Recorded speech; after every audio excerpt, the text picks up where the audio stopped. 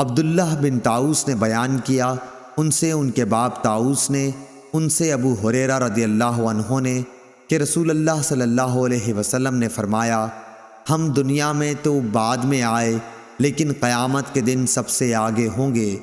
فرق صرف یہ ہے کہ یہود و نصارہ کو کتاب ہم سے پہلے دی گئی اور ہمیں بعد میں۔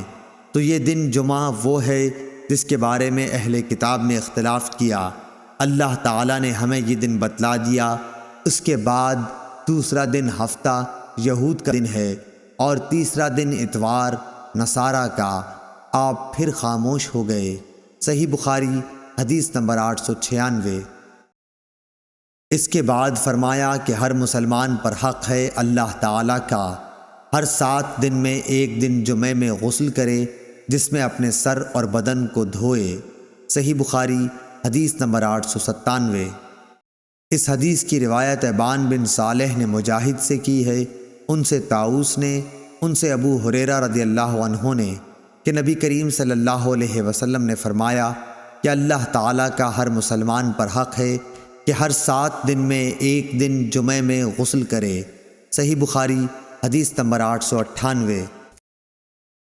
شبابہ نے بیان کیا، کہا کہ ہم سے ورقہ بن عمرو نے بیان کیا، ان سے عمرو بن دینار نے، ان سے مجاہد نے، ان سے ابن عمر رضی اللہ عنہ نے کہ نبی کریم صلی اللہ علیہ وسلم نے فرمایا، عورتوں کو رات کے وقت مسجدوں میں آنے کی اجازت دے دیا کرو۔